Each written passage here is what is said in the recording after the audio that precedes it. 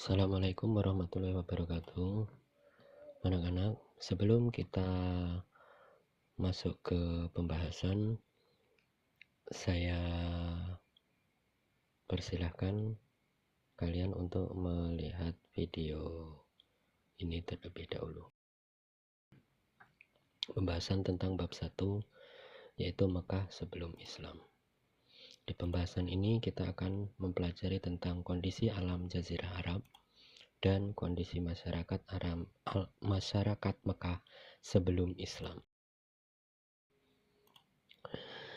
Di sini kita akan melihat yang namanya peta dari Jazirah Arab. Peta Jazirah Arab sendiri kita lihat bersama-sama bahwasanya di sini Saudi Arabia, dan di daerah ini daerah ini namanya Semenanjung Arab. Itu kita bisa melihat bahwasanya daerahnya tidak ada hijau-hijauan sama sekali, ya. Jadi benar-benar gersang, benar-benar tandus. Nah, lalu di daerah seluas ini sekitar 1 juta kilometer persegi, ini bisa kita lihat di Jazirah Arab ini hanya ada bentangan gurun yang sangat luas.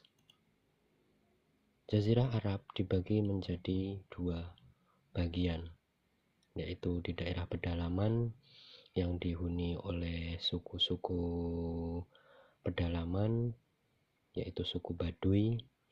Suku Baduy sendiri itu adalah suku nomaden. Nomaden itu artinya berpindah-pindah tempat, karena memang dari wilayahnya sendiri ini tidak memungkinkan oleh sebuah suku itu untuk menetap, ya. Jadi memang harus berpindah-pindah, karena yang namanya gurun seperti ini, kalau kita tidak berpindah-pindah ya kesulitan, karena air itu benar-benar sangat langka di sini. Ya, itu di daerah pedalaman yang dihuni oleh suku Baduy.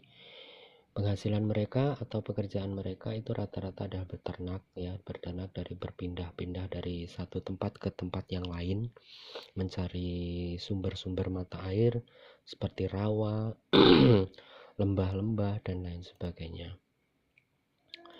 Dan di daerah ini, di daerah pesisir ini lumayan subur, ya.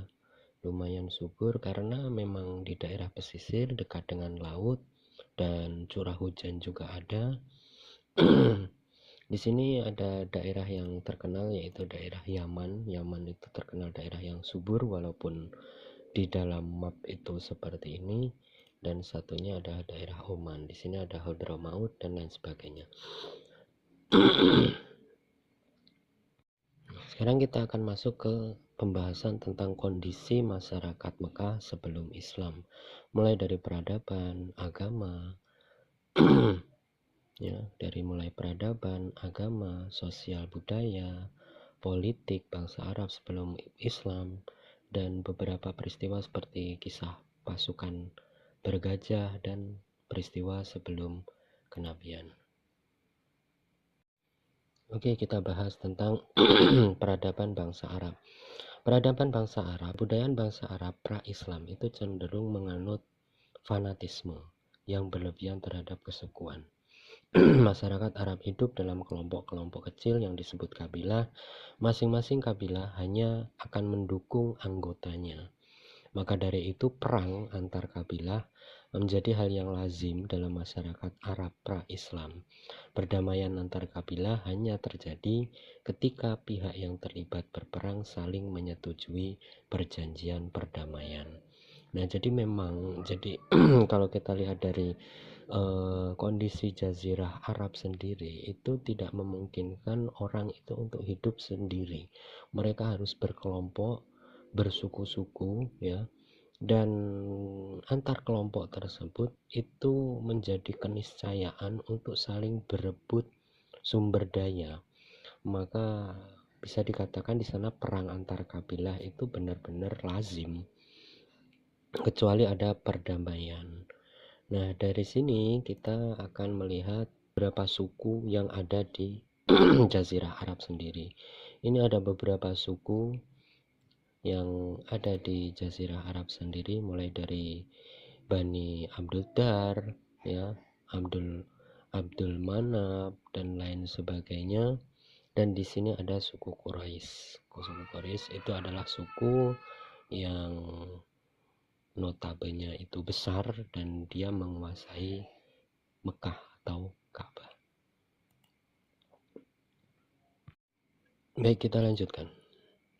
Bangsa Arab khususnya atau penduduk Mekah atau suku Quraisy memiliki sifat-sifat yang terpuji sebetulnya, mulai dari pemberani, daya ingat yang kuat, dermawan, ramah, memiliki kecakapan dalam berdagang, melindungi kaum yang lemah, dan sebagainya. Dan bangsa Arab memandang mulia suku Quraisy karena merupakan suku yang mengurus Ka'bah dan menjamu orang-orang yang datang berziarah ke Baitullah. Jadi dari sini bisa terlihat bahwasanya suku Quraisy itu suku yang baik sebetulnya. Ya, karena suku ini adalah suku yang mengurus Ka'bah, maka sifat dermawan, ramah ini menjadi keharusan bagi suku ini. Makanya suku Quraisy itu pada saat itu benar-benar sangat dihormati, karena selain beliau mengurus Ka'bah, suku ini dengan orang-orang yang terkenal suku yang ramah, karena ya memang sebagai pengurus Ka'bah itu nggak mungkin kalau kasar, ya. Terus masyarakat Makkah sendiri memiliki mata pencarian sebagai pedagang, peternak, dan petani. Orang Arab memiliki pusat perdagangan terkenal antara lain Pasar Ukas, Mijanah, dan Zulmajas. Pasar bukannya hanya sebagai pusat transaksi jual beli, namun juga dijadikan tempat unjuk gigi para penyair, orator, dan pegulat. Dari segi keilmuan, bangsa Arab telah mampu mengembangkan beberapa ilmu, antara lain astronomi, ya. Jadi ilmu astronomi sendiri itu adalah ilmu yang digunakan bangsa Arab pada saat itu untuk menentukan arah bagi musafir yang berjalan dari jauh dan pelaut yang mengarungi samudra. Jadi bayangkan ketika kalian di gurun pasir, ya, itu tidak memiliki navigasi apapun, itu kemungkinan untuk selamat itu sulit, ya, karena yang namanya gurun pasir berkilometer jauhnya tanpa navigasi, terus persediaan mungkin terbatas. Jadi ya dengan segala tuntutan dari alam, mereka berusaha mengembangkan sebuah ilmu navigator, yaitu apa? Ilmu astronomi. Namun seiring berjalannya waktu, ilmu ini bergeser dari yang tadinya hanya untuk navigasi menjadi ilmu mistis, ya, mulai dari dukun, ahli nujum, peramal, dan lain sebagainya. Lalu ilmu meteorologi dan geofisika. Bangsa Arab mempelajari kondisi atmosfer bumi yang berguna sebagai indikator dalam menentukan perkiraan cuaca. Jadi walaupun di sana itu terkenal gurun, pasir, tandus, nggak ada hujan, tapi untuk di pesisirnya itu masih banyak curah hujan. Dan yang terakhir adalah ilmu nasab. Ya, kita sudah singgung tadi di depan bahwasanya mereka sangat membanggakan kesukuannya, hidup secara berkelompok. Itu membuat keniscayaan bahwasanya ilmu nasab di sana itu sangat dihormati atau sangat dipelajari. Kita lanjutkan. Dan selanjutnya ilmu untuk mencari jejak, cikal bakal ilmu deduksi yang berguna dalam dunia perdetektifan. Nah, ini ilmu detektif juga sudah berkembang di sana. karena untuk yang namanya hidup dalam kondisi alam yang sulit ya. Jadi ilmu-ilmu penting seperti ini memang menjadi keniscayaan harus dikembangkan di Jazirah Arab sendiri. Sekarang kita lanjut kepada agama dan kepercayaan. Awalnya agama tauhid yang dibawa oleh Nabi Ibrahim alaihissalam itu kemudian dilanjutkan oleh Nabi Ismail, tersebar merata di seluruh penjuru Mekah, dan masyarakat Mekah pun beribadah sesuai tata cara yang telah diajarkan dua orang Rasul tersebut. Namun seperti biasa, setelah berjalannya berpuluh-puluh tahun, ajaran tersebut mengalami distorsi oleh pengikutnya sendiri yang tidak bertanggung jawab hingga beralih ke agama berhala. Berawal dari seorang pembesar suku Khuza'ah bernama Amr bin Lu'ay al-Khuzai. Setelah melakukan perjalanan dari negeri Syam, patung pertama dan terbesar yang dibawa oleh Amr bin Lu'ay ini adalah patung Hubal, atau kalau dalam Wikipedia kita bisa ini adalah penggambaran dari Dewi Bulan. Patung Hubal diletakkan di dalam Ka'bah. Amr bin Lu'ay sendiri sebagai salah seorang pengurus Ka'bah memerintahkan orang yang berziarah untuk menyembah patung tersebut. Sebenarnya masyarakat Mekah masih mengakui bahwa Allah adalah Tuhan mereka. Namun sebagian besar penduduk Mekah juga menyembah berhala yang berjumlah hampir 360 patung di sekitar Ka'bah. Patung-patung terbesar yang berada di sekitar Ka'bah selain Hubal antara lain itu ada Lata itu di Taif, Uzza, Manah, dan orang-orang Mekah menyebut patung-patung tersebut sebagai putri-putri Allah. Ya, ya seperti itu. Ya, jadi gambaran kepercayaan orang Mekah sebetulnya di awal-awal bagus, namun karena ada distorsi itu tadi, ya mereka kembali ke penyembahan berhala, akhirnya ya patung yang tadinya hanya patung itu dikait-kaitkan dengan Allah hingga patung-patung tersebut disebut sebagai putri-putri Allah. Ya itulah keadaan bangsa-bangsa Arab di masa itu, makanya disebut jahiliyah. Disebut jahiliyah pun faktornya banyak ya. Faktornya banyak sekali. Di sini saya tampilkan beberapa, ada Al-Uzza, Hubal, Lata, dan Manah. Politik bangsa Arab sebelum Islam. Masyarakat Arab pada umumnya terbagi jadi dua berdasarkan teritorialnya, yaitu penduduk Al-Hadoroh, artinya penduduk kota, tinggal di pusat perniagaan Jazirah Arab seperti Mekah dan Madinah. Mereka penduduk yang menetap dengan membuat rumah-rumah permanen dan memiliki kebudayaan serta pendidikan. Meski masih ada yang tidak dapat membaca dan menulis, mata pencarian mereka sebagian besar pedagang, petani, dan sebagian lagi adalah peternak. Yang kedua adalah suku Baduy atau penduduk Baduy, penduduk pedalaman yang tinggal secara nomaden, tidak memiliki perkampungan tetap. Mata pencaharian utama mereka adalah sebagai peternak domba dan unta.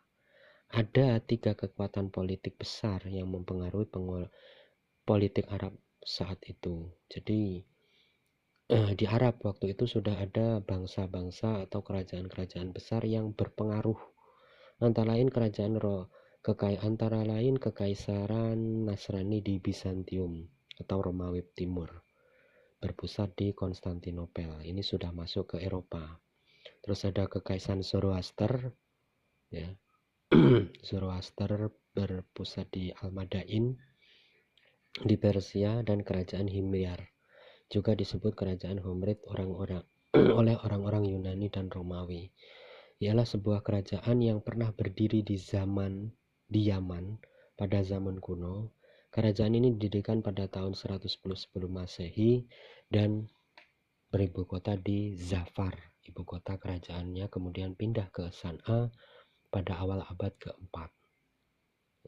Selain tiga kekuatan besar tersebut, terdapat juga kerajaan di Jazirah Arab antara lain Kida, kerajaan Ma'in, Khutban, kerajaan Saba, kerajaan Himyar, kerajaan Khiroh, dan kerajaan Khosan, lalu kerajaan Hijaz.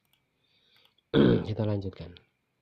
Nah, di sini ada kisah tentang pasukan bergajah. Kisah pasukan bergajah ini kalau kalian dari MTS atau mungkin di sekolah mulai dari SD atau SMP itu sudah dibahas tentang pasukan bergajah. Tapi seperti apa sih ke pasukan bergajah itu sebetulnya? Ya, jadi pasukan bergajah itu berasal dari Abraha. Atau pemimpinnya bernama Abraha, berasal dari negeri Yaman yang berada dalam kekuasaan Abyssinia atau sekarang Ethiopia. Mereka dipimpin oleh seorang panglima besar bernama Abraha. Nah, Abraha dan para pemimpin Abyssinia ini merasa iri dengan dengki terhadap penduduk Mekah dengan Ka'bahnya karena senantiasa dikunjungi oleh para pelancong dari segala penjuru Arab. Ya, baik untuk berhaji maupun hanya sekedar berziarah.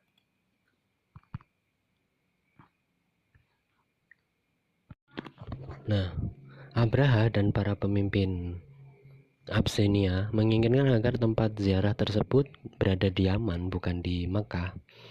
Maka akhirnya mereka mengembangkan gereja Mekah di San'a yang diberi nama Al-Qolis ya, dengan harapan dapat menjadi tempat ibadah haji terbesar di seluruh Arab menyaingi Mekah. Ya, jadi seperti itu.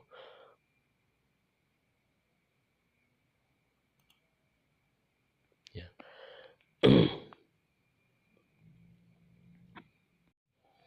Nah, dari situ ya, hal ini mengundang kemarahan suku yang tersebar di Hijaz dan Najd. Seorang dari suku Kinanah yang punya hubungan nasab dengan Quraisy itu meruntuhkan gereja tersebut.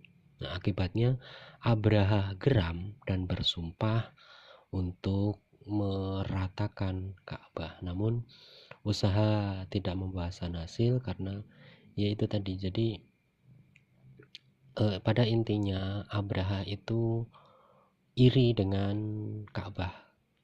Ya, kenapa? Ka'bah itu ramai dan sedangkan di Yaman sendiri itu sepi. Dibuatlah gereja tandingan namun tidak membuahkan hasil. Akhirnya Abraha memutuskan untuk meratakan Ka'bah dengan pasukan bergajahnya.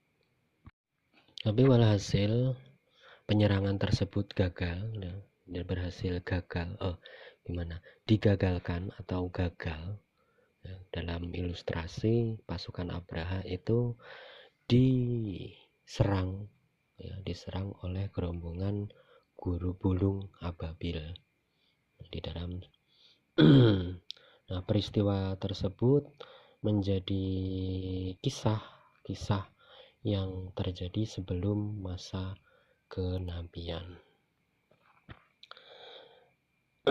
Dan beberapa peristiwa sebelum kenabian terjadi.